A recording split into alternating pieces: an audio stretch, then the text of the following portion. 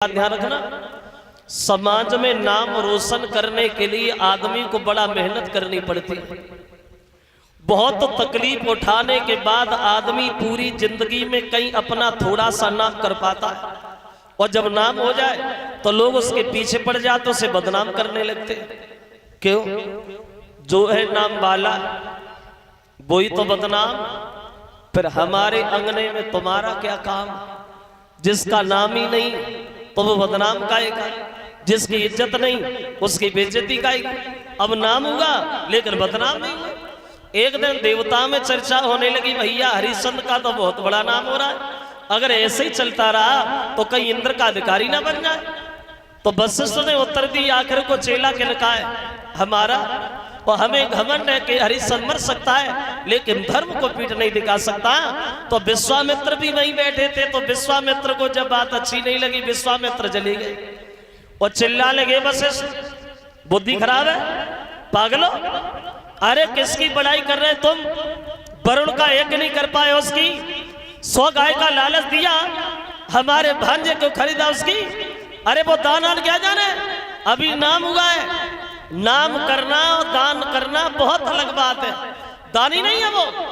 वशिष्ठ बोले, विश्वामित्र वो समय और था, वो समय अलग है, मानो वो दानी है का होगा तुम्हारी नजर में, लेकिन मेरी नजर में वो दानी नहीं है।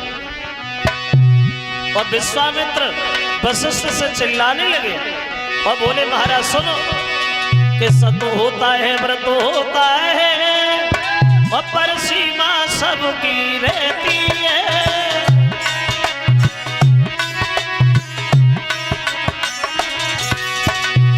ए महाराज,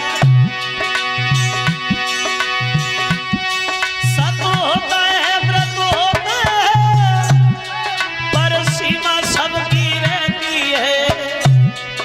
सावन भादों के दिन पाई के नदियां भी चढ़ के बहती है।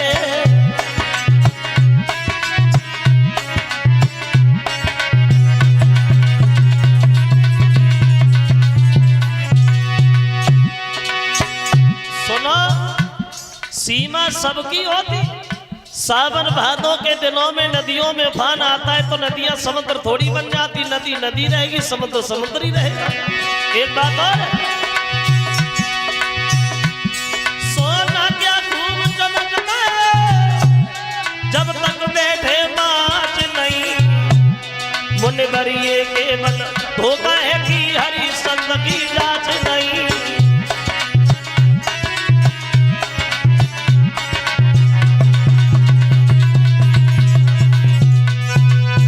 विश्वामित्र बोले, वशिष्ठ सुनो, सोना तब तक नहीं चमकता है जब तक उसे आंच में न डाला जाए।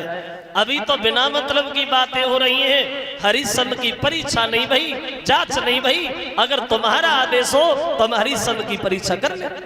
बोले, जा, हमें घमंड है कि वो मर जाएगा लेकिन धर्म को पीठ नहीं दिखाएगा। तो विश्वामित्र बोले, वशिष्ठ सुनो, अगर एक झटका में मैंने हरिश्चंद्र को धर्म से न निकाल दिया तो मैं भी गाधे का पुत्र नहीं का चले। अब हरिश्चंद्र की जांच करने के लिए विश्वामित्र चले। सबसे पहले इन्होंने सूकर का वेश धारण किया और हरिश्चंद्र के बगीचा में प्रवेश किया, बाग उजाड़ना शुरू कर दिया, माली लोगों को घायल कर दिया। खबर मिली हरिश्चंद्र को तो बगीचा सुबह ही सुबह चारों तरफ से घेर लिया। विश्वामित्र दौड़े तो हरिश्चंद्र पीछे भागे। अब विश्वामित्र ने देखा हरिश्चंद्र काफी दूरी पे है, तो भाई भेष बदल लिया, महात्मा बने गए और रास्ता में बैठ के माला जपने लगे। तो हरिश्चंद्र दोनों हाथ जोड़ के बोले, महाराज आप इधर कब से बैठे हो? इधर से कोई सुअर गया है क्या? विश्वामित्र बोले, देखने में बहादुर लगते, सुअर का शिकार करते, कैसे बहादुर हो? क्या नाम है तुम्हारा? जवाब दिया, भगवान हमें हरिश्चंद्र कहते हैं। तो मैं हो? बोले हाँ। तो विश्वामित्र बोले, हम तो बड़े किस्मत के बढ़िया निकले महाराज, हम तो तुम्हारे ही घर पे आ रहे थे, किस्मत इतनी बढ़िया है जो आपके दर्शन हमें रास्ता में ही हो गए। मतलब तुम्हारा बड़ा नाम हो रहा है, लोग तुम्हारी प्रशंसा करते करते थक नहीं रहे। सुबह को जगते तो तुम्हारा नाम लेके जगते, शाम को सोते तो तुम्हारा नाम लेके सोते, और वही बड़ा नाम हमें आपके यहाँ ले आया। क्या हमें भी कुछ दोगे हरिश्चंद्र? और विश्वामित्र हरिश्चंद्र की बड़ाई करने लगे। सुनिए महाराज, तो सो दानी रूप और धर्म को रूप और नए कोई, तेरी सौ सौ को सनौलत भूप खसमोई।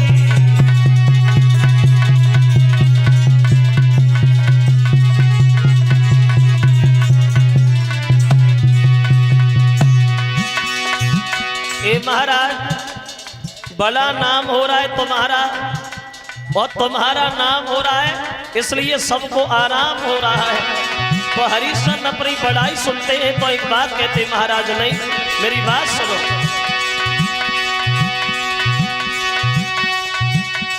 सुन के इतनी बात थोड़ी सी हाथ मेहर का जोई नया क्या तुम जो मांगोगे महाराज दिए बसो।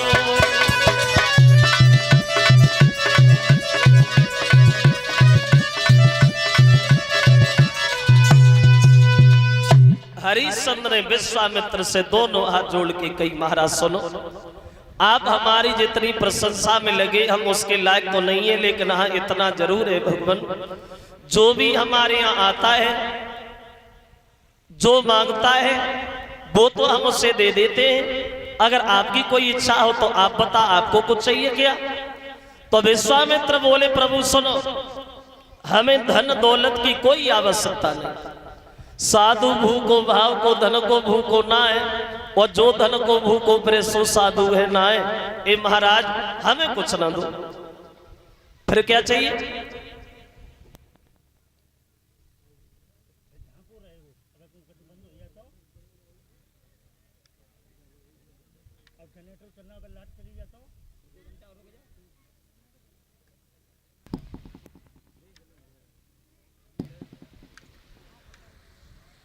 तो हरिश्चंद्र से विश्वामित्र बोले, महाराज हमें अपने लिए न दो कुछ, फिर किसके लिए? बोले हमारे घर में बड़ा गरीबी है हरिश्चंद्र, और इस गरीबी में कुंवारी कन्या जवान घूम रही, और मेरे पास इतना पैसा नहीं है जो हम अपनी बेटी की शादी कहीं बढ़िया घर में करें। हमें अपने लिए नहीं, हमारी बेटी के लिए दे दो। और बोले कि ब्राह्मण बोला कुछ अधिक नहीं, थोड़ा सा दान चुका राजन। एक बिटिया मेरी कुंवारी है, एक बिटिया मेरी कुंवारी है, बक पीले हाथ करा राजन।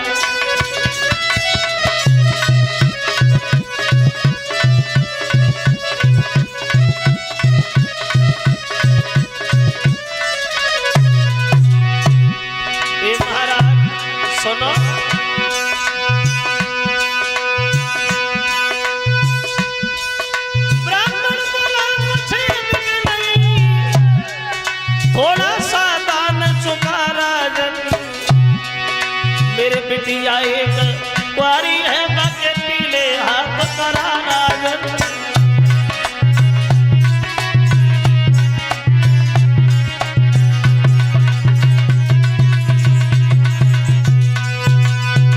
इतनी दौलत हमें दे दो हरिश्चंद्र, जो हम अपनी बेटी का विवाह कहीं बढ़िया घर में करें, और कुछ नहीं। तो हरिश्चंद्र बोले, महाराज ये कौन सी बड़ी बात है, चलो घर चलो, दूंगा। हमने तो बहुत सी शादियां कराई हैं, तुम्हारी बेटी की भी शादी होगी, चिंता क्यों करते हो? तो विश्वामित्र बोले, हरिश्चंद्र हम घर पे क्या करेंगे, यहीं दे दो, यहीं से वापस चले जाए, हम तो बड़ा संतोषी महात्मा है, यहीं से घर चले जाए।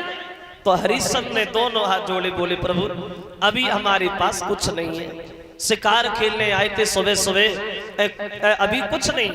विश्वामित्र बोले कुछ तो होगा, बिल्कुल खाली याद हो? बोले हाँ, कुंजी और लगाम है भगवान, कुंजी लगाम के अलावा और कुछ नहीं है। विश्वामित्र बोले तो क्या होगा, कुंजी लगाम ही दे दो, हम तो बड़ा संतोषी महात्मा है, बाकी घर पे भी ले लेंगे, कौन सी बात है। अब हरिश्चंद्र समझ नहीं पाए, और वो कुंजी लगाम ही उनके हाथ में पकड़ा दी। अब विश्वामित्र ने संकल्प पढ़ दिया, और एक बात कही सुनो हरिश्चंद्र, जो भी शादी के लिए धन देना है वो तो रही तुम्हारी इच्छा, और संकल्प के पढ़ाई की दक्षिणा ये है हमारी इच्छा। कितनी है? बोले ज्यादा नहीं है। कितनी है? बोले 60 भार सोना है। 60 भार सोना मांग बैठे विश्वामित्र हरिश्चंद्र से दक्षिणा 60 भार सोना। कितना होता है 60 भार सोना? देखो, वैसे 96 शेर का एक भार बनता है। जो हमारे बड़े बड़े लोग बैठे हैं इन्होंने देखा होगा शेर, अब शेर नहीं चलता है। 96 शेर का एक भार बनता है और एक शेर लगभग 800-900 ग्राम का होता है। अब लगा अंदाज 96 शेर का एक भार होता है और विश्वामित्र 60 भार सोना मांग बैठे। बोले कोई बात नहीं महाराज, अगर ऐसी बात है तो चलो दूंगा। अब दरबार में गद्दी पे बैठ गए हरिश्चंद्र। तो विश्वामित्र बोले महाराज हमें क्यों रोके हो? अरे हमें दक्षिणा दे दो, हम अपने घर जाएं। तो हरिश्चंद्र ने अपने नौकर को इशारा किया, जा महाराज को 60 भार सोना ला करके दे दो और इनकी बेटी के लिए इतनी दौलत और दे दो जो अपनी बेटी का विवाह ये कहीं बढ़िया घर में कर सके। अब पूरी बात नहीं बोल पाए तब तक विश्वामित्र बीच में बोलना शुरू। बुद्धि खराब है, पागल है, कोई भूल लंबी भूल। अरे जब कुंजी लगाम तूने हमें दान में दे दी तो ये सारा राज दौलत से भरा हुआ भंडार और ये नौकर अब तो ये मेरा है, अब इसमें तेरा क्या है हरिश्चंद्र? अब हमें वो दो जो तुम्हारे राज से बिल्कुल बाहर है। क्या समझे? तो बोले तो राजा ने अपनी नौकर से और जब कही है सोना लाने की, सोई विश्वामित्र ने मुझसे कह के तब कही नई बात ठिकाने की।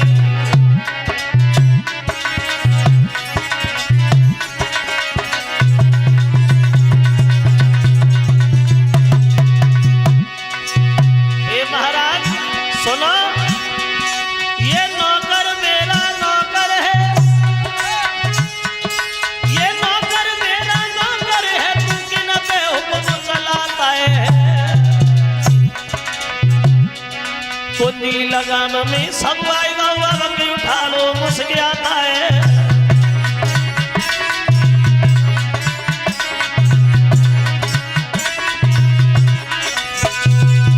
विश्वामित्र बोले हरिश्चंद्र सुनो, ये नौकर मेरा है, दौलत से भरा हुआ भंडार मेरा है और ये राज्य मेरा है, अब इसमें तेरा क्या है? अब हमें वो ला करके दे दे जो तेरे राज से बिल्कुल बाहर है। क्या समझे? जो हरिश्चंद्र ने ये शब्द सुने तो थोड़ी देर ये होश नहीं रहा कि हम बैठे कहाँ हैं। लेकिन जब धर्म की तरफ देखा तो सर से मुकुट उतार करके ब्राह्मण के सर पर रख दिया, लीजिए महाराज ये राज्य आपका, यहाँ के रहने वाले सब लोग आपके और हम तो तुम्हारी एक प्रजा के समान है। विश्वामित्र बोले प्रजा के समान नहीं हो, प्रजा हो। और ये चेहरा उतर कैसे गया? राज्य का दुख है क्या?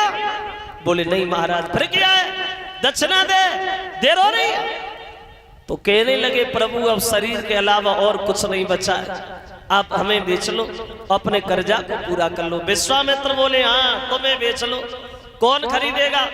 झाड़ू तुम नहीं लगा पाते, बर्तन तुम साफ नहीं कर पाते, दूसरे पे आदेश करते रहे, बोलेगा अगर कोई तैयार भी हो गया तो 60 भार सोने में बहुत महंगे पड़ोगे, कोई नहीं लेगा।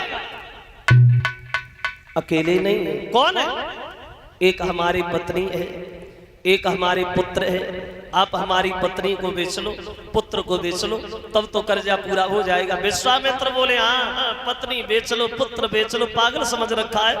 दुनिया भर में ऐसी कौन सी औरत होगी जो अपने पति के कहने से बिक जाएगी? है? खुद मना नहीं कर रहा है तो पत्नी से मना करवाएगा क्या? एक बात बताऊं क्या? छोटी सी बात है और सुख ही सुख है। बोले कि सतवादी धर्म कुआरो रे मोसे कई देव बचन करारो रे।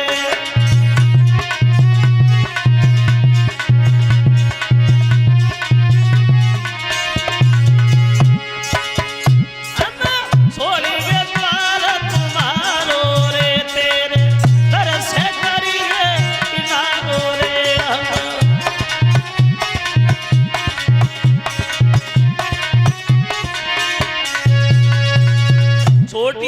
बाद तो सुख ही सुख। तुम एक बार मुझसे ये कह दो हम दक्षिणा नहीं दे पाएंगे, हम धीरे से निकल जाएंगे, किसी से कुछ नहीं कहेंगे, हम तो बड़ा संतोषी महात्मा है, मना कर दो। बोले मने नहीं करे, मने भी नहीं करोगे, दक्षिणा भी नहीं दोगे कि फिर क्या करोगे, मरोगे, मर जाओ। बिना दक्षिणा लिए हम जाएंगे नहीं, जिंदा रह अच्छा मरो।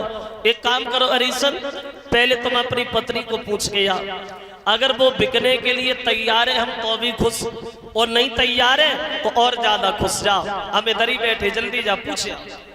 अब चले महाराज अपना सब कुछ त्यागने के बाद अपनी पत्नी के पास। देखिए वो हरिश्चंद्र होए मन में मनहीन, और भूप जब महलन को दायो रे, भूप जब महलन को दायो, हाथ जोड़ की सन्यासी से फिर से बतलायो, अभी आंगन में जाता हूँ रे, अभी आंगन में जाता हूँ, और प्राणन प्यारी तारा को संग लेके आता हूँ।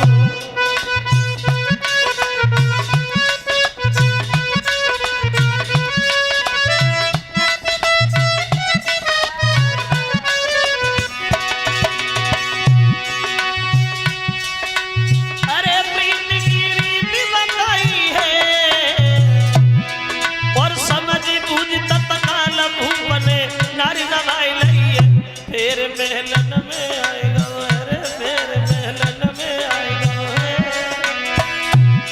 ओ तैयाबत पति निहार नार ने पल गुनवाएगा, मेरे महलन में आएगा।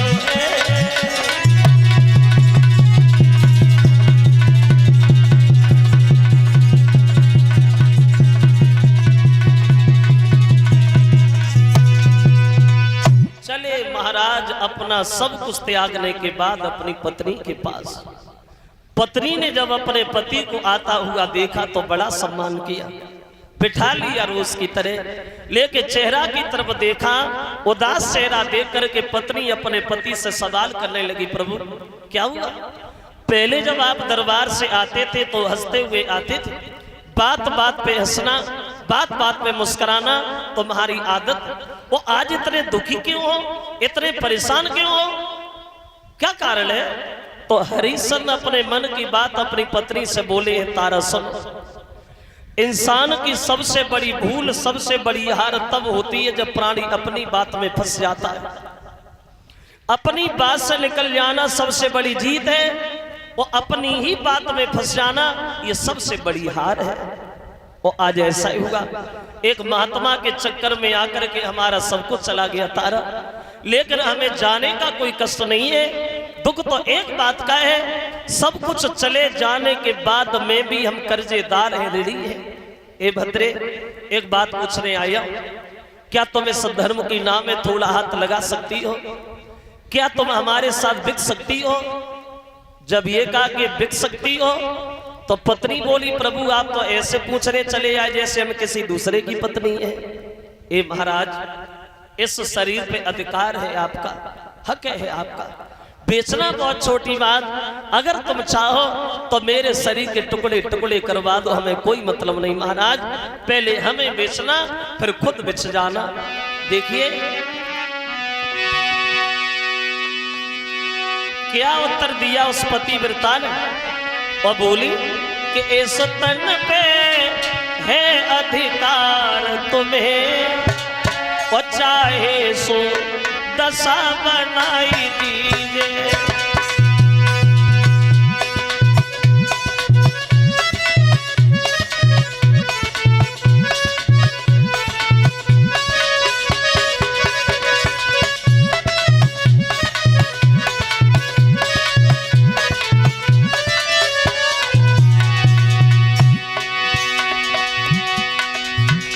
पत्नी अपने पति को उदास देख करके कहती है, महाराज आप चिंता न करो, सुनो,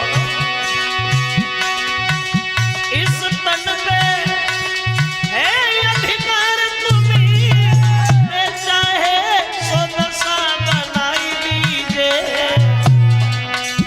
बेचना कौन सी बड़ी बात,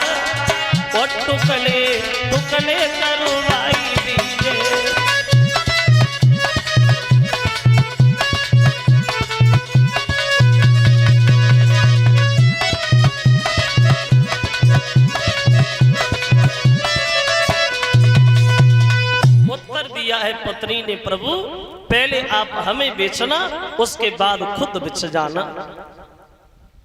कलश वाली कन्याएं खड़ी हो जाए। तब तक रोहितास आ गए, बोले पिताजी हमें भी लिए चलो, हम भी चले। तो हरिशन कहते हैं तारा, इन वस्त्र आभूषणों पे हमारा तुम्हारा कोई अधिकार नहीं है। कोई फटी पुरानी साड़ी रखी हो वो पहन लो। तारा चले हैं तीनों प्राणी जिस समय काशी में बिकने के लिए। क्या वेशभूषा है, क्या दशा है तीनों प्राणियों की देखो। जब चले काशी में बिकने, वहां क्या दशा है। तो रानी को सब संगार छुटो, और के गले का साड़ी मोटी है, और बेटा पे सिर्फ लंगोटी है, राजा पे केवल धोती।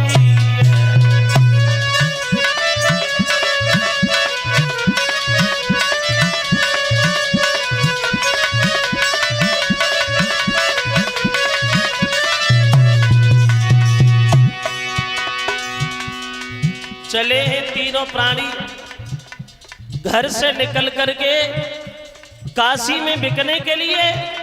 जिस रानी ने कभी घर से निकल करके तेहरी नहीं देखी थी, आज काशी में बिकने को जा रही है। क्या दशा है, क्या वेशभूषा है देखो।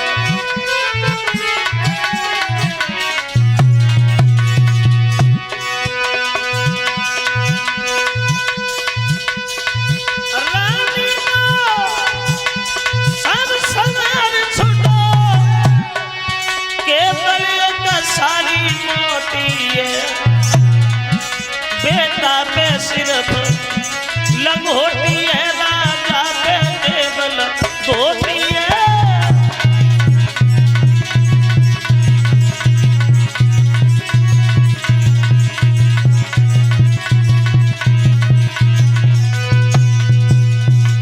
चले काशी में बिकने के लिए तीनों प्राणी। जिस रानी ने कभी घर से निकल करके तेहरी नहीं देखी थी, आज काशी में बिकने को जा रही है। बार बार तीनों प्राणी अपनी राजधानी को प्रणाम करते हैं और धीरे धीरे आगे बढ़ने लगते। धूप पड़ रही है, नंगे पैर दौड़ रहे हैं। विश्वामित्र फिर भी आवाज लगा रहे हैं, बड़ेया ऐसे कब तक पहुंचोगे काशी में? काशी बहुत दूरी है। बड़ेया आवाज लगा रहे, पानी नहीं पिया। तो वो रोहितास जो है वो प्यास के कारण बेहोश होकर जमीन पे गिर गया। और जब रोहितास बेहोश होकर जमीन पे गिरा तो विश्वामित्र पीछे लौटे आए। क्या हुआ, ये लड़का गिर कैसे गया, मर गया क्या? बोले नहीं महाराज, मरा नहीं, प्यास के कारण बेहोश हो गया है। हाँ अभी बेहोश हुआ है और थोड़ी देर बाद मर जाएगा। मर जाएगा तो तेरा क्या बिगड़ जाएगा, नुकसान तो हमारा है। तुम तीनों में से एक भी मर गया, कौन देगा हमारे संकल्प की पढ़ाई की दक्षिणा? कमंडल ले ले, पानी पिला ले, जिंदा बने रहे, मरे नहीं। बोले हम पानी नहीं पिलाएंगे। तुम क्यों पिलाओगे, हम पिलाएंगे, नुकसान तो मेरा है। देख लिया रोहितास, तेरे बाप के दिल में तेरे लिए कोई तरस नहीं, लेकिन तेरा तरस मुझसे नहीं देखा जाता। ये कमंडल ले लो, पानी पी लो, जिंदा बने रहो, मरो नहीं। रोहितास बोले बाबा जी कुछ नहीं करेंगे, मर जाओगे, पानी पी लो। बोले बाबा जी हम पानी नहीं पिएंगे। क्यों नहीं पियोगे? तो रोहितास कहता है बात ये है महाराज सुनो। तो रोहित ने जवाब दो, वहे ब्राह्मण आप तो ज्ञानी,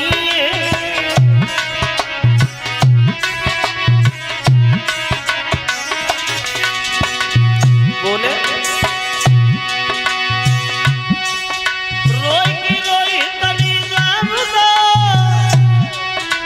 ब्राह्मण आप तो ज्ञानी,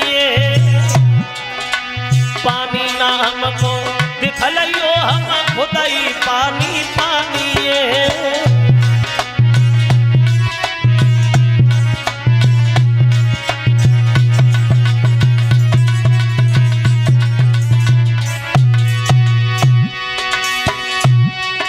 पानी की हमें जरूरत नहीं, खुदाई पानी पानी और कर्ज शीश पे रखो बहो के कलंक की बने निशानी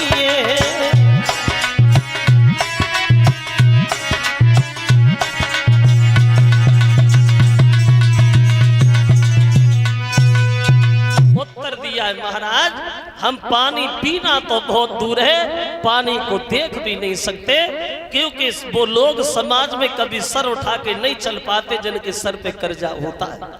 हम तब तक पानी नहीं पिएंगे जब तक तुम्हारे कर्जा को अदा नहीं कर लेते।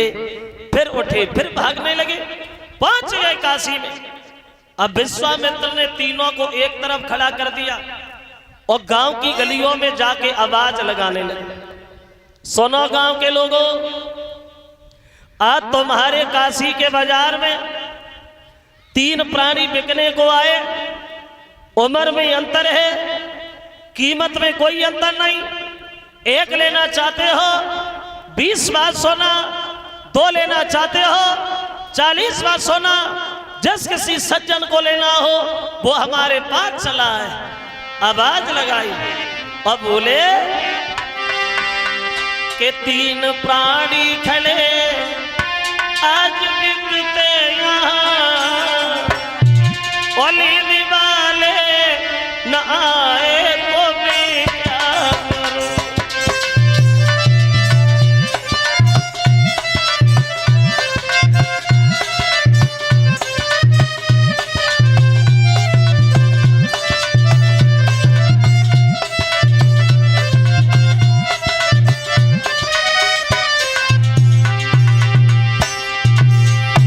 आवाज लगा रहे विश्वामित्र और बोले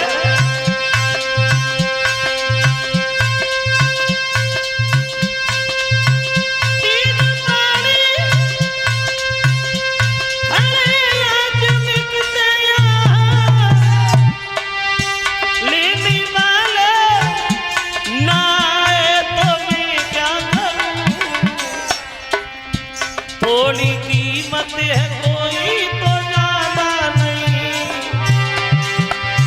थोड़ी कीमत है कोई तो ज्यादा नहीं, फिर भी ले ना सके तो मैं क्या करूं।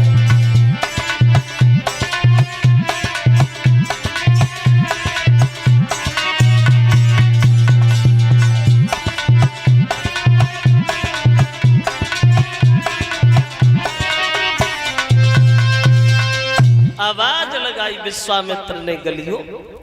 जो विश्वामित्र ने आवाज लगाई तो गांव के लोग भाग खड़े हुए देखने के लिए। ऐसी कौन सी मुसीबत है जो 3 प्राणी बिकने आए। अब देखो, अब देखने वालों की तो भीड़ बहुत सी इकट्ठी है, लेकिन खरीदने वाला कोई नहीं है। हरिशन सबके चेहरा की तरफ देख रहे, कोई कुछ नहीं कह रहा।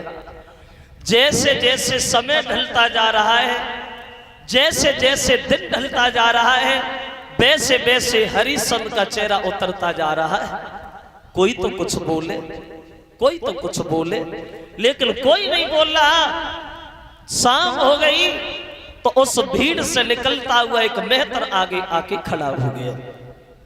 कौन बेच रहा है? विश्वामित्र बोले हम। क्या चाहिए? बोले इस लड़की को, इस बच्चे को छोड़ करके इस नौजवान को तुम खरीद लेंगे। वो भी ऐसे नहीं, एक शर्त है हमारी, अगर ये हमारे घर पे चल के मरघटिया का काम करे तो। वैसे नहीं। जो हरिश्चंद्र ने मेहतर के ये शब्द सुने तो दोनों हाथ जोड़ के बोले, भैया मरघटिया से भी घटिया तेरी निगाह में कोई काम हो वो मुझे दे देना, लेकिन मुझे खरीद जरूर लो। और हरिश्चंद्र रोते हुए मेहतर से बोले कि आंखें में बहो भूप के नीर और जानी कहा लिखिए करम में।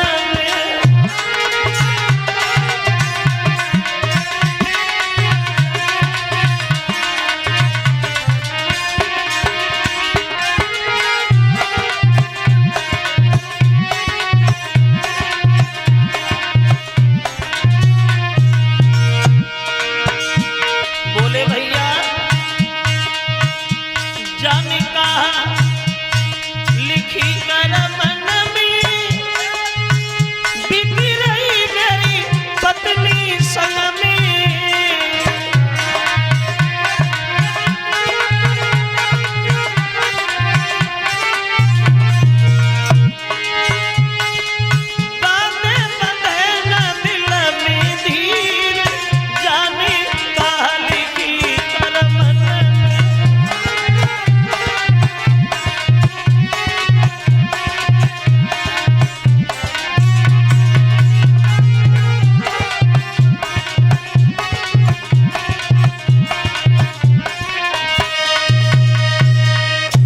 हरिश्चंद्र ने मेहतर से दोनों हाथ जोड़ के कही है, भैया जो भी तेरी निगाह में काम दिखाई पड़े वो काम हमें देना, लेकिन मुझे खरीद जरूर लो।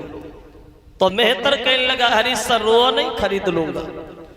ये बात चल ही रही है, तब तक एक ब्राह्मण वहां आ गया। बोले, इस लड़की को और इस बच्चे को हमें दे दो, ये लड़की घर पे भोजन बनाएगी और ये बच्चा ज्यादा कुछ नहीं कर पाएगा, तो पूजा के लिए बाग से फूल ही लाता रहेगा। देखो 20 बार सोना मेहतर के घर से आया, 40 बार सोना ब्राह्मण लेके आया। वैसे तो तीनों प्राणी पास ही पास खड़े थे, कीमत जब पूरी चुका दी गई तो हरिश्चंद्र मेहतर के पास खड़े हो गए और रानी तारा रोहितास ब्राह्मण के पास जाके खड़े हो गए। कलेजा फट गया। हरिश्चंद्र के मुंह से कुछ नहीं निकला, सिर्फ एक ही बात कही है, मेरे घर की गृहिणी तेरी जय हो। दुनिया भर में हर आदमी हर काम कर लेता है तारा, लेकिन अपनी पत्नी को कभी नहीं बेचता। ये हम ही पहले इंसान है जो हमने अपने मतलब के लिए तुम्हें बेच दिया तारा।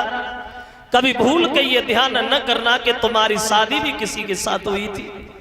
हरिश्चंद्र रोने लगे, और जब हरिश्चंद्र रोए तो तारा विश्वामित्र से दोनों हाथ जोड़ के बोली, महाराज इतना अन्याय हम लोगों के ऊपर न करो।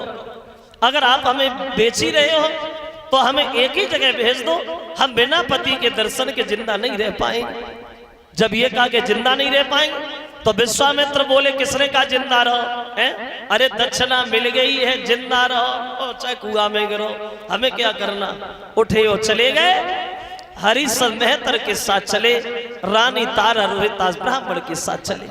देखो क्या गुजरती होगी पति और पत्नी के ऊपर जब जबरदस्ती जुदा किया गया होगा। मुड़ मुड़ के एक दूसरे को देखते जा रहे। अब हरिश्चंद्र जब थोड़ी दूर निकले गए तो तारा से नहीं रुका गया।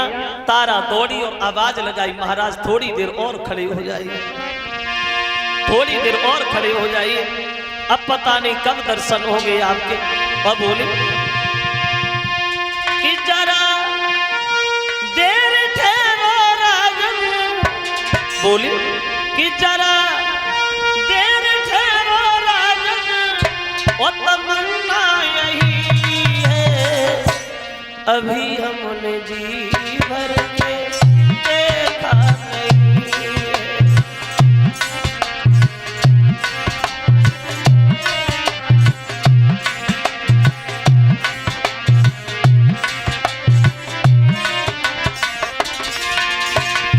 बोले जरा देर ठहरो राजन, जरा देर ठहरो राजन, तमन्ना यही है अभी हमने जी भर के देखा नहीं है।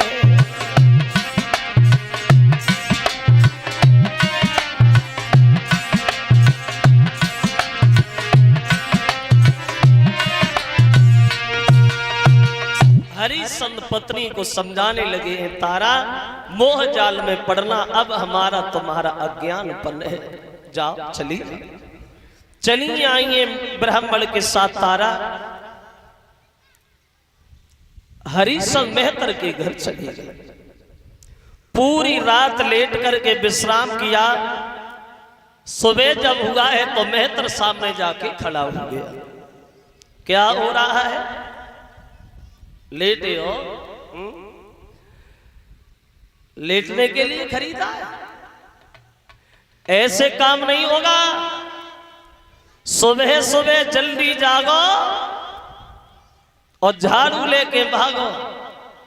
काशी की गलियां साफ करके आ हरिश्चंद्र, और गली साफ करके जल्दी आना, देर नहीं करना, हम तुम्हें दूसरा काम बताएं। अब हरिश्चंद्र काशी की गलियां साफ करने के लिए चले। देखो बोई राजा जो एक दिन हजारों प्रजा के लोगों के ऊपर आदेश करते थे, आज एक मेहतर की आज्ञा का पालन कर रहे हैं। वक्त बदलते देर नहीं लगती, पता नहीं समय कब और कौन सी जगह कौन सी मोड़ पे ले जाके खड़ा कर दे। जैसे साल में मौसम बदलते हैं ऐसे ही हर आदमी के जीवन में मौसम बदलते हैं।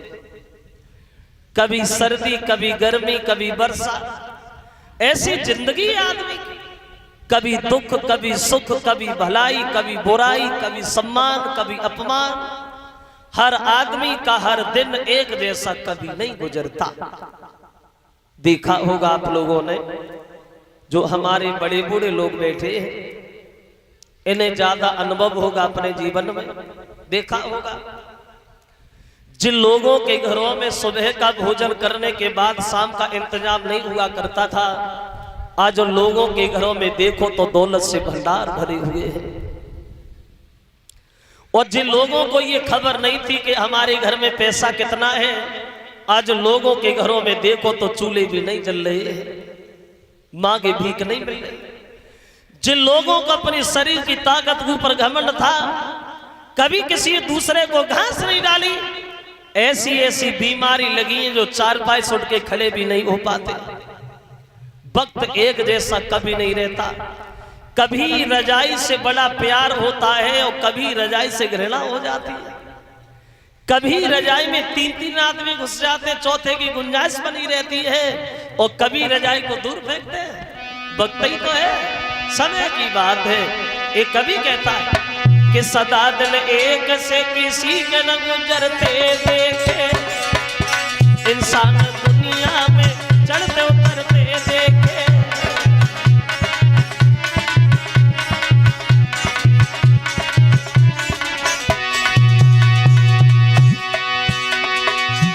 देखो समय, देखो वक्त की बलिहारी देखो।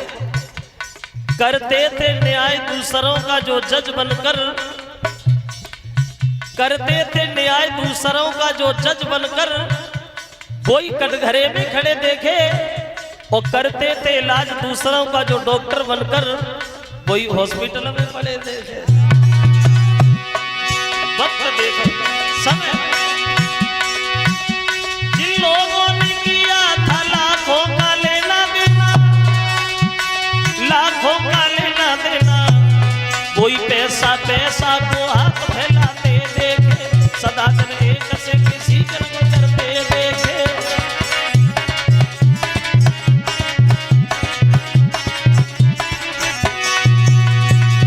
देखिए समय देखो। एक दिन रावण ने 10 दिशा जीत नहीं, एक दिन 10 शीश पड़े रहे रण में। वो भी वक्त था रावण का, वो भी समय था रावण का। एक दिन रावण ने 10 दिशा जीत नहीं, एक दिन 10 शीश पड़े रहे रण में। एक दिन श्याम सुंदर भाग गए आधी रात, एक दिन कंस को पछाड़े दो छिन्न।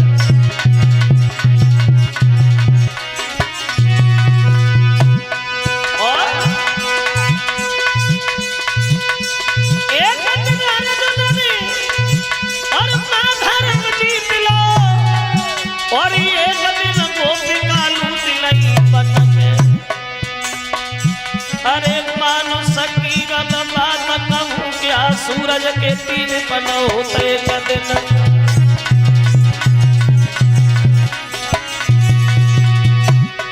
क्यों भई राजा से भिखारी बखत की बलिहारी, बलिहारी बलिहारी समय की बलिहारी।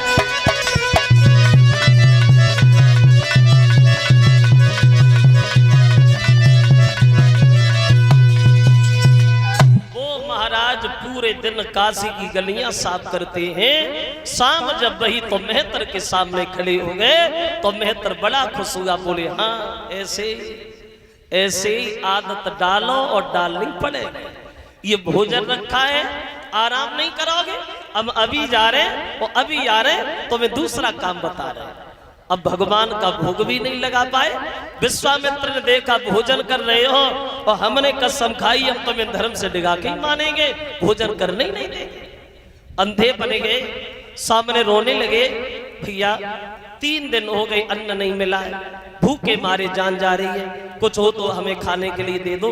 दुनिया बड़ा निर्दयी है, किसी को दया नहीं है। तो हरिश्चंद्र ने मन में सोचा हम 1 दिन के भूखे हैं, ये 3 दिन का भूखा है। अपना भोजन लिया, उन्हें दे दिया, खुद पानी पी के ही पेट भर लिया। दूसरे दिन वही मेहनत, लेकिन जब भोजन सामने तो विश्वामित्र सामने। 1-2 दिन नहीं, हरिश्चंद्र को 26 दिन हो गए अन्न का दाना पेट में जाने ही नहीं दिया।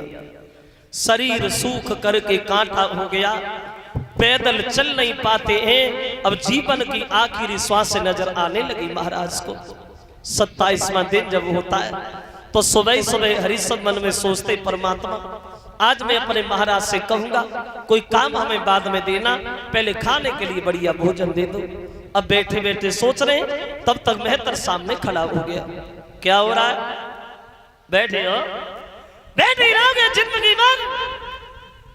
जीवन की सबसे बड़ी भूल हमने की है, जो 20 बार सोना दे के तुम्हें घर में इकट्ठा किया। भोजन करने के अलावा भगवान ने बुद्धि नहीं दी है तुम्हें। पूरे दिन भोजन, भोजन के अलावा कोई काम नहीं तुम्हारा। अब हरिश्चंद्र अपनी बात कहना तो भूल गए। मेहतर से दोनों हाथ जोड़े, भैया मैं क्या करूं? बोले करूं क्या? क्या करोगे? कुछ नहीं करोगे, मरोगे भी तो नहीं। अब मेरी मौत की तरफ क्या देख रहे हो? सुबह से पानी नहीं है घर में, सब लोग प्यासे बैठे हैं। अरे ये घड़ा उठा, नदी पे जा, पानी भर के जल्दी से लाओ, देर नहीं करना। हरिश्चंद्र अब बोला हाथ घड़ा ले हरिश्चंद्र, और भज की नदिया में जाइयो, और पानी भर के जल्दी लियो, मत ज्यादा देर लगाइयो।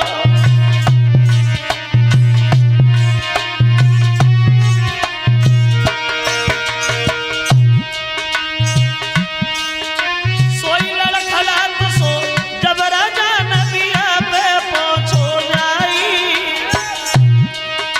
भर लो घड़ा पर, उठो ना सब तीनों जोर लगाई। अब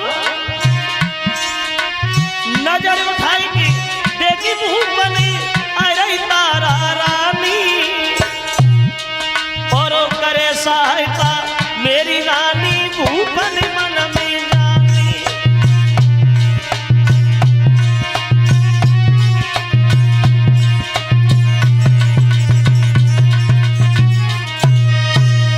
पहुंच गए हरिश्चंद्र नदी। अब पानी तो भर लिया, लेकिन शरीर के अंदर इतनी ताकत नहीं थी जो उस घड़ा को उठा के सर पे भी रख लेते।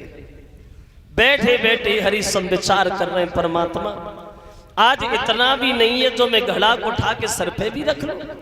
अब बैठे बैठे सोच रहे, अकस्मात उनकी पत्नी तारा ही वहां आ गई पानी भरने। उसी समय जैसे तारा को देखा तो हरिश्चंद्र के दिल में थोड़ी तसल्ली आई। हर मुसीबत में भगवान ने हमारी पत्नी को भेजा, अब मेरा घड़ा जरूर उठ जाएगा, मुझे बढ़िया आज भोजन मिल जाएगा, मेरे महाराज बड़ा खुश होंगे, पानी लेके जाएंगे।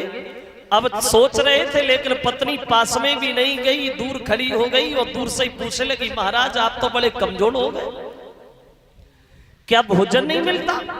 हरिश्चंद्र कहने लगे, रानी तारा सुख का भोजन और सुख की नींद तो सीधे छूट गई, हम काशी में बिक गए।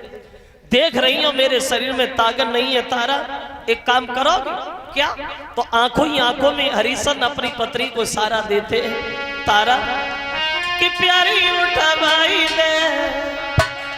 बोले और रनिया उठवाई दे, गगरिया जल की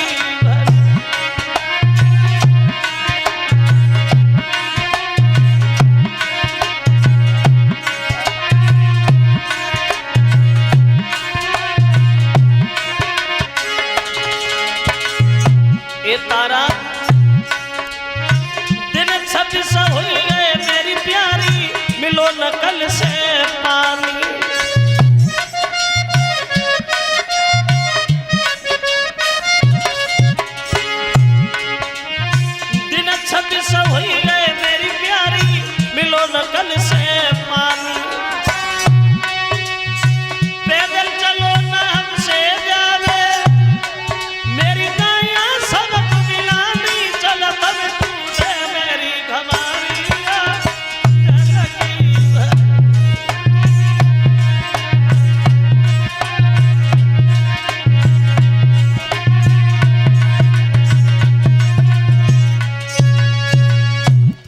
सा सहारा लगा दूं तारा, तो तुम्हारा एहसान होगा और मेरा काम हो जाएगा, मेरा घड़ा उठ जाएगा और मुझे बढ़िया भोजन मिल जाएगा।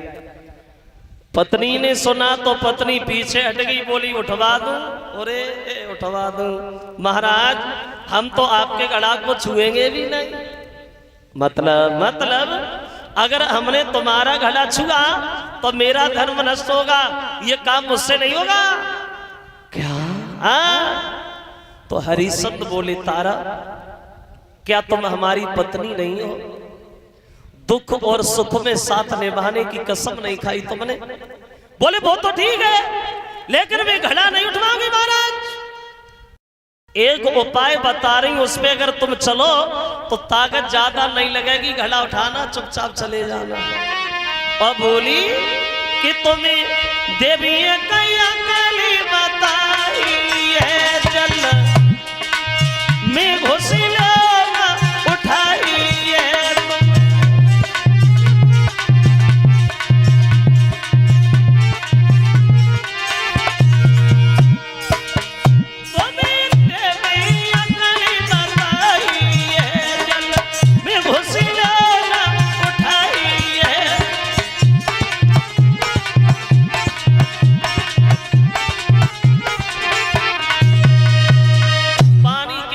जाओगे तो ताकत ज्यादा नहीं लगेगी, घड़ा उठाना चले जाना। अपना घड़ा उठाया, तारा चुपचाप निकलेगी, हरिश्चंद्र बैठेगी बैठेगी रहेगी। मन में सोचने लगे, बारे परमात्मा, क्या ये हमारी बहे पत्नी है जो एक दिन हमारे कहने से बिक गई, वो आज इसने घड़ा भी नहीं उठवाया। फिर दिल में आया तब हम इसके पति थे, कोई मतलब तो है नहीं, इसलिए घड़ा भी नहीं उठवाया। और ये बात भी सच है श्रोता, जरा गौर करना, जगत में मतलब को व्यवहार, बिना मतलब का दुनिया में कोई नहीं है, सब मतलब। अगर हमारा तुमसे मतलब है तब तक तो पीछे पीछे घूमेंगे, जब मतलब निकल जाए तो मपई घरे हम अपई घरे, हमें क्या करना है। और मतलब को हल करने के लिए आदमी क्या नहीं करता, झूठ बोलता, दूसरे का नुकसान करता, ज्यादा बड़ा मतलब हुआ तो दूसरे की जान भी ले लेता। एक कवि कहता है कि सब अपने चक्कर में है, कोई किसी के चक्कर में नहीं। बुबा के चक्कर में है तो बुबा के चक्कर में है, कोई बीमारी के, कोई अधिकारी के, कोई रखवारी के, कोई घरवारी के, कोई मतलब सारी के चक्कर में है, पड़े सब चक्कर। कोई अगर गांव के ज्यादा चक्कर काट रहे हुए, समझ लो काउ ना काउ चक्कर में है। आप लोग आते हो कथा सुनने के लिए, इतना काम चल रहा है फिर भी आप अपना समय निकाल के आते हो, कथा सुनते हो। कथा तो सुनते हो मगर हो काउ ना काउ चक्कर में। और हम भी एटा से भाग के आते हैं, कथा कहते हैं, फिर चले जाते, फिर आ जाते। तुम तुम्हारे चक्कर में थोड़ी, हम अपने चक्कर में है।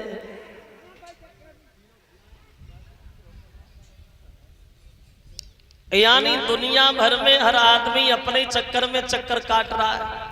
एक कवि कहता है, किसी भी घर में घुस के देखो और नर नारी पले ही चक्कर में, और सब एक दूजे के चक्कर में दुनियादारी है।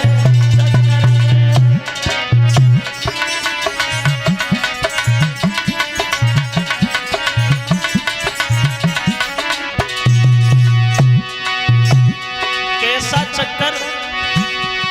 कोई अधिकारी के चक्कर, कोई अधिकारी के चक्कर में, कोई बीमारी के चक्कर में, दिन रात मुकदमा बाजी है, नर नारे पड़े हैं चक्कर में।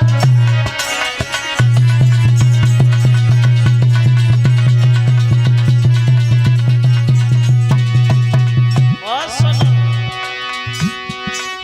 माँ बेटा से प्रेम करे,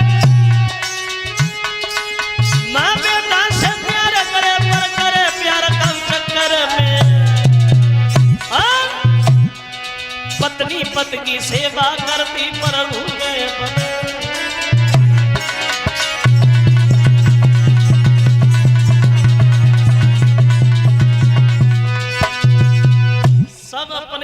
चक्कर में चक्कर लगा रहे हैं, कोई किसी के चक्कर में नहीं। तो हरिश्चंद्र ने घड़ा तो उठा लिया, लेकिन शरीर में इतनी शक्ति नहीं थी जो चल पाते, ठोकर लगी गिर गए। वो घड़ा था जो वो टूट गया। खाली हाथ हरिश्चंद्र मेहतर के सामने जाके खड़े हो गए और जैसे मेहतर ने देखा बोले आ गए, सुबह से गए हो अब आए और घड़ा कहाँ है? तो कहने लगे महाराज धोखा से टूट गया। अरे घड़ा तोड़ दिया और सामने खड़े हो, इतना बड़ा नुकसान कर दिया तुमने। 2 पैसे का काम अच्छी तरह से नहीं करते हरिश्चंद्र, आज घड़ा के बदले में तुम्हें भोजन नहीं दिया जाएगा, भूखे ना होगे और ये कोई भी काम नहीं होगा। ये लाठी उठाओ और शमशान में जाओ, पैरा लगाओ और एक बात ध्यान रखना, बिना टका के मुर्दा जलना नहीं चाहिए, समझ गए? चुपचाप उठे, मरघट में पैरा लगाने के लिए निकले गए। उस दिन भी भूखे रहे। अब हरिश्चंद्र शमशान में पैरा लगा रहे और अब आप इधर देखते हैं ब्राह्मण के घर जहां रोहितास और तारा रह रहे। एक दिन ब्राह्मण तारा से नाराज होकर के बोला, तारा इधर आ, तेरा लड़का इतना बेसहारा बन गया है जो 2 पैसे का काम नहीं करता, पूरे दिन बच्चों में खेलता रहता है, सुबह से बैठे पूजन करने के लिए, इतना भी नहीं है बाग से फूल भी तोड़ लाए। अरे पूजा क्या शाम को होगी? उससे कहो बाग में जाए और पूजा के लिए फूल तोड़ लाए। अब देखो विध का विधान, चला है रोहितास पूजा के लिए फूल तोड़ने बाग में। कैसी थी लीला परमेश्वर की? ऐसा ही नहीं कि मात की मातन में ले डलिया हाथन में कुंवरी चलो रोहितास।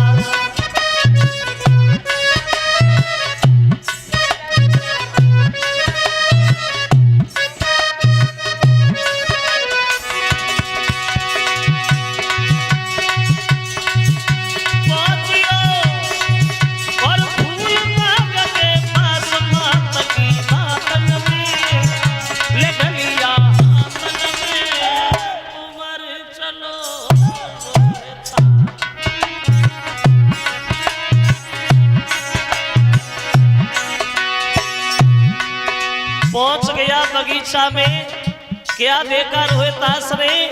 बड़ा सुंदर फूल खिला है। तो रोहितास मन में सोचता है चलो इसे तोड़ लेते तो गुरुजी खुश हो जाएंगे। देखिए फूल एक खिला हुआ, आगे बढ़ गया, लेकिन विश्वामित्र ने देखा, बोले आ गए हम, आ गए, सर्प बन गए, फुलवारी भी छुपी गए। फूल एक खिला हुआ, अब सियर छुपा हुआ, लागी है मन में भारी आस। फूल मांग के पास मात की मातन में ले डलिया हाथन में कुंवर चलो।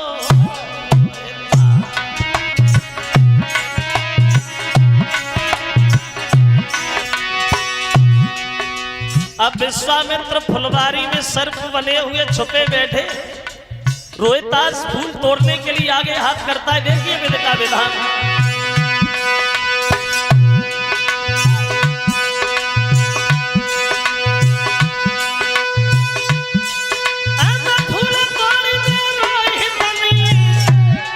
जब आगे हाथ बढ़ाए सोई विश्वामित्र ने सांप बन के बागी उंगली में डस खाओ।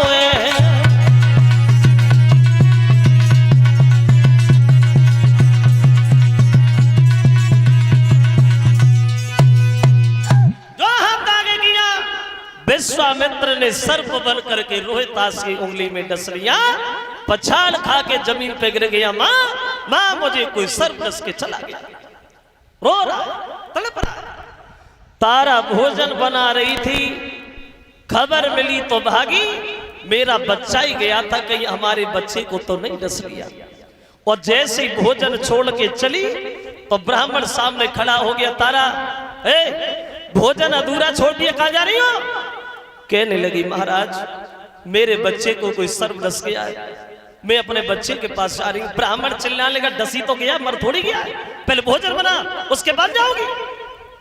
भोजन बनाया, भोजन बना के फिर बोली प्रभु अब मैं चली जाऊं? बिल्कुल नहीं, भगवान का भोग भी तुझे लगाना है, उसके बाद जाओगी। भोग लगा रही है, रोती जा रही है। तुलसीदास कहते हैं पराधीन सपने सुख नाई और करे विचार देखो मन माई। भोग लगाया, भोग लगा के दोनों हाथ जोड़ के खड़ी हो गई, महाराज मुझे चली जाने दो, मेरा बच्चा अकेला पड़ा होगा, आपका सारा काम कर दिया मैंने, मुझे जाने दीजिए। ब्राह्मण कहने लगा जा जा, मर गया हो तो यहाँ उठा के मल्लाना, वहीं फेंक गया ना। हजारों बातों में लगा रहा, तारा भागी, क्या देखा रोहिता जमीन पे पड़ा, एकदम से भाग करके गोद उठा लिया। लाला क्या हुआ रोहितास, क्या हुआ बोलो? तो रोहितास कहने लगे मैया मुझे कोई सर्प डस के चला गया, अब मेरी जिंदगी ज्यादा देर की नहीं है मां, लेकिन तू रोना नहीं मैया। तो तारा रोने लगी, बोली अब मैं रो नहीं तो मैं करूं क्या, अब तेरे अलावा मेरा दुनिया में है कौन पुत्र रोहितास। तो रोहितास अपनी मां को समझाने लगा मैया रोए नहीं, अब मेरी जिंदगी ज्यादा देर की नहीं है, मेरी आंखों के सामने अंधकार होने लगा है, मेरे शरीर में जहर फैल गया है, मैया मैं ज्यादा देर जिंदा नहीं रहूंगा। तो तारा रोती हुई अपने बच्चे से बोली है बेटा सुनो, बेटा जा दुखिया मैया को और तुम किन पे छोड़ी जाते हो, और धर्म के मल्ला बन करके नैया मझधार डुबाते हो।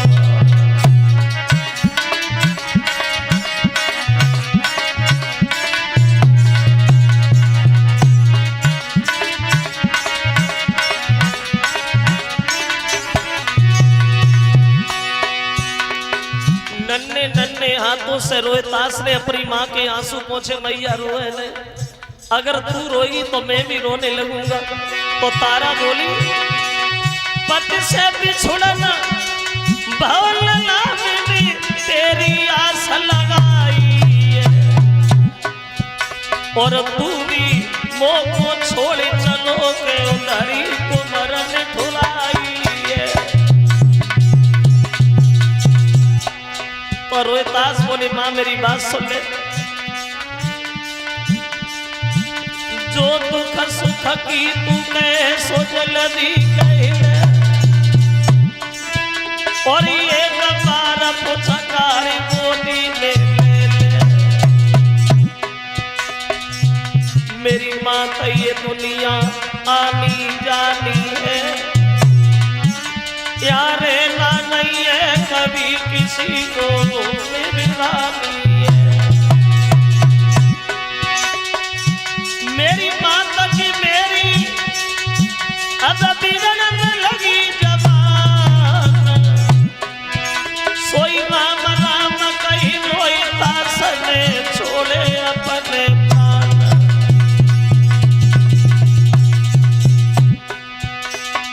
जागी मैया दिल कटी रही के बेटा माँ से बच गए, जागी मैया तड़पती रही के गोदी खाली कर गए।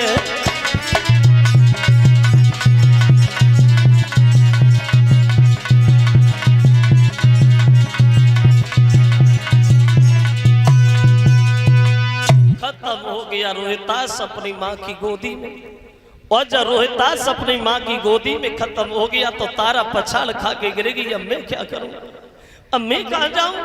रो रही अपने बच्चे की लाश के पास बैठ करके वो दुखिया माँ। तो मालिन ने आके समझाया बहन रोए नहीं, तेरी जिंदगी में रोने के अलावा बचा ही क्या है, तेरे बच्चे को सर्प ने काटा है, जितनी जल्दी हो सके उतनी जल्दी अपने बच्चे का अंतिम संस्कार करो। देखिए उस माँ के पास इतना भी पैसा नहीं था जो अपने बच्चे की लाश ढकने के लिए कफन भी खरीद लेते। तारा रोने लगी, बोली बेटा जब तेरा जन्म हुआ था तो मैंने लाखों की दौलत यूं ही दान में दे दी, वो आज इतना भी नहीं है, तुझे ढकने के लिए मैं कफन भी ले लूं, अब मैं करूं तो करूं क्या।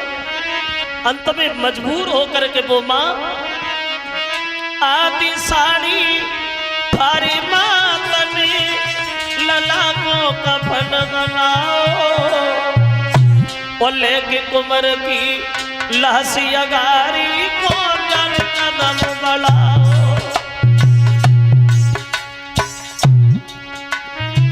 पहुंच गई शमशान घाट में बेटा नौलिनाई,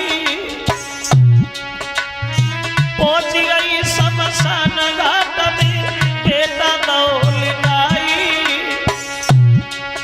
और अपने पुत्र के काजे मैया रही चिता बनाई।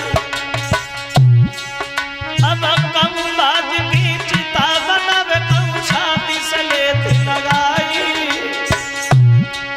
और हरिश्चंद्र महाराज तबई मां के पास में आई।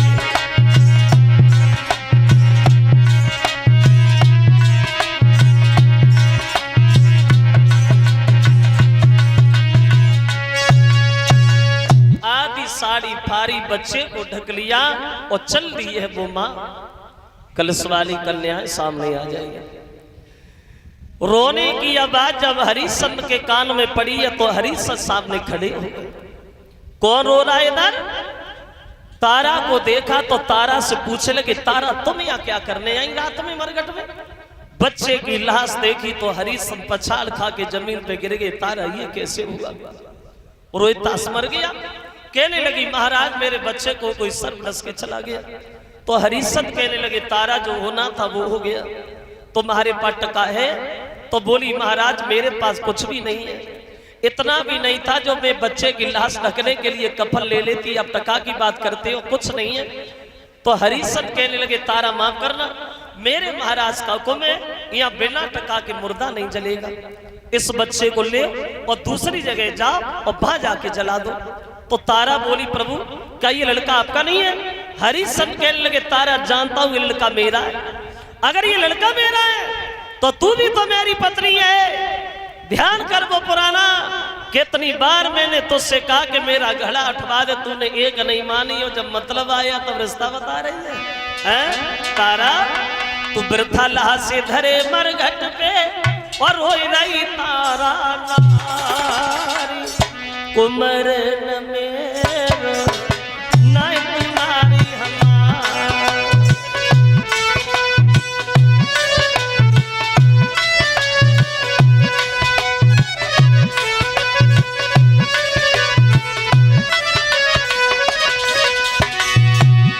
ए तारा सुना, मुर्दा तबया जले टका देव कर को है, कालू को है घाटन मेरे घर को है। तू टका एक पे धर्म बिगाड़े लेखन करे विचार, कुमर न मेरा नाय तुम्हारी हमारी।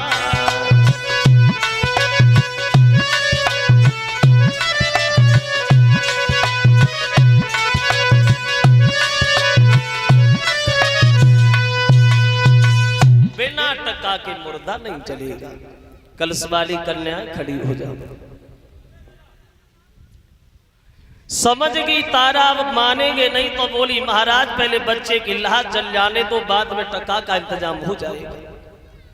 रोहितास की लाश जिस समय रखी गई है तो पति और पत्नी बेहोश हो गए। होश आया तो हरिश्चंद्र ने वही बात फिर दोहराई है, तारा हमें टका चाहिए। तो बोली तुम्हें जहां दिखाई देता वहां से ले लो महाराज। देखो धर्म में पागल दीवाने राजा को आदि साड़ी जो तारा पहने हैं, टका के बदले में आदि साड़ी ही खींच ली। नग्न हो गई तारा तो गांव से बाहर मंदिर में एक बेहोश होके गिर गई। इधर तारा बेहोश, विश्वामित्र ने देखा मौका बढ़िया है, ला एक खेल और खेल दे, हमारा क्या जा रहा है। अब भागे, एक मुर्दा बच्चे को उठा लाए और तारा के पास लिटा दिया और होठों से खून लगा करके गांव की गलियों में आवाज लगाई। सुना गांव के लोगों,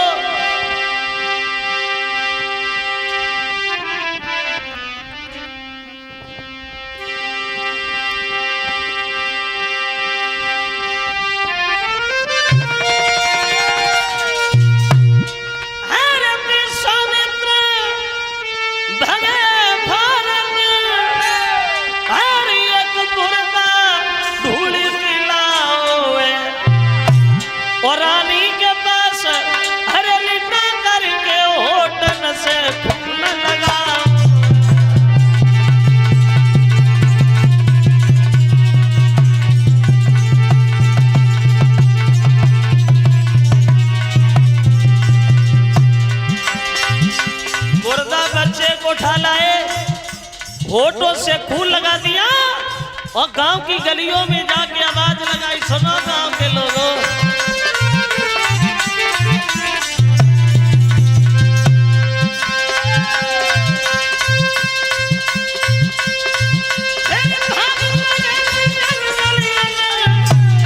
सबको ये वचन सुनाओ, एक डाई भी आई गई, मंदिर भी बन लला काऊ को आओ।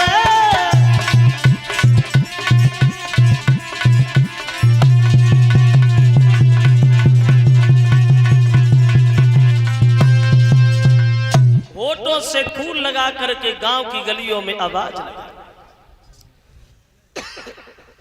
सुनो गांव के लोगों, तुम्हारे गांव से बाहर जो एक मंदिर है, उस मंदिर में एक डायन आई जो दूसरे के बच्चों को खा रही है। पता नहीं किस मां की गोदी खाली कर दी, पता नहीं किसके बच्चे को मार दिया। अपने अपने बच्चे देखभाल कर रखना, होशियारी से रखना, अब की बार पता नहीं किसे ले जाए और मार दे। जो ये खबर गांव में फैली, ये 100 रुपए का हार हमारे करीब आया है। ये हर्ष यादव सनम नरेश यादव इसी गांव महमूदपुरा के रहने वाले हैं, और एक हार हमारे करीब 10-10 रुपया कलश वाली कन्याओं को, संत भगवानों को और साथियों को भेंट कर रहे हैं हिमांशु यादव सनम सत्येंद्र यादव, जो ये महमूदपुरा उनकी तरफ से, और एक हार एक पति परीक्षित जी को भी डाला है हिमांशु यादव उनकी तरफ से। कालू मेहतर ने हरिश्चंद्र को तलवार दी है, बोले जाओ उस राक्षसी का वध तुम्हें करना। अब हरिश्चंद्र भागे, आवाज लगाई तो तारा उठ करके खड़ी हो गई, महाराज आप।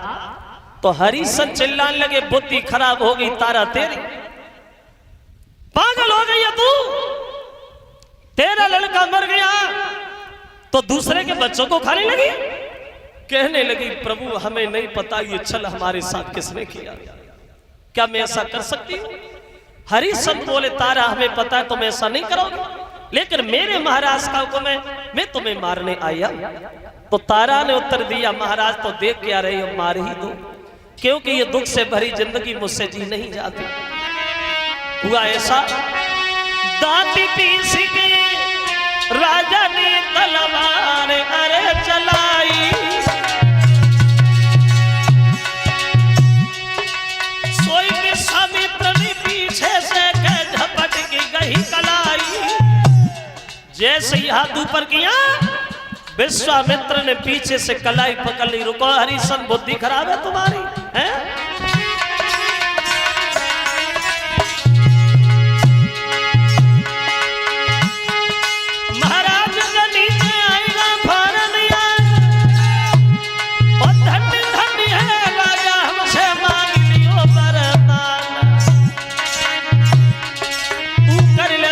भगवान का नुकसान नहीं होगा, यार से मुलाकात को हैरान नहीं होगा, तू कर ले भजन भगवान का नुकसान नहीं होगा।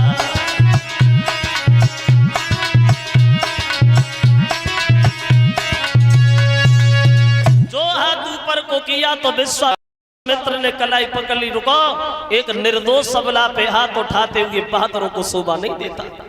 हरिश्चंद्र ने विश्वामित्र को देखा तो पहचान लिया, बोले तुम यहाँ हमारा राज्य छीन के बर्बाद कर दिया, इधर घूम रहे हो? बोले कुछ नहीं हुआ महाराज, कुछ भी नहीं हुआ। वशिष्ठ ने हरिश्चंद्र को छाती से लगा लिया, धन्य है मेरे लाल, मुझे पता था कि तुम मर जाओगे लेकिन धर्म को पीठ नहीं दिखाओगे। अब हरिश्चंद्र और तारा चुपचाप खड़े, कोई बात समझ में नहीं आ रही। तो विश्वामित्र ने कहा, सुनो महाराज, एक दिन तुम्हारे गुरुजी से हमारी बहस हो गई, इसलिए हमने तुम्हारी जांच की। तो हरिश्चंद्र बोले, भगवान जांच, और इतनी कठिन जांच? ए महाराज, तुमने हमारी जांच की वो तो बढ़िया है, लेकिन ऐसी जांच करने के लिए कलयुग में मन जाना, बिना अपमान हुए नहीं बचोगे, झोली फाड़ दी जाएगी। बोले कलयुग में तुम्हारे जैसे भक्त ही नहीं होंगे जिनकी कोई जांच की जाए। तो पत्नी बोली, प्रभु क्या इस जांच में मेरा लड़का भी मर गया? बोले नहीं, आवाज लगाई, रोहितास सबके बीच बहा करके पहुंच गया। तीनों प्राणियों को वो कहानी सपने की भांति याद बनी रही। अयोध्या में आते हैं, रोहितास को राजा बनाते हैं और पति और पत्नी विमान पर बैठ करके सीधे स्वर्गधाम के लिए प्रस्थान करते हैं। बोलिए भक्तवत्सल भगवान की।